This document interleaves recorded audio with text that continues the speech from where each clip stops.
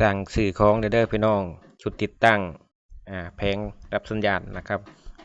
นี่ยอดรวมสั่งซื้อ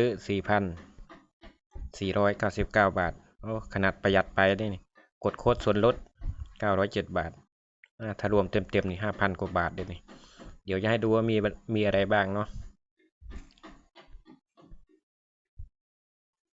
ดูด้านบนนี่แหวนนะครับแหวนอีแปะ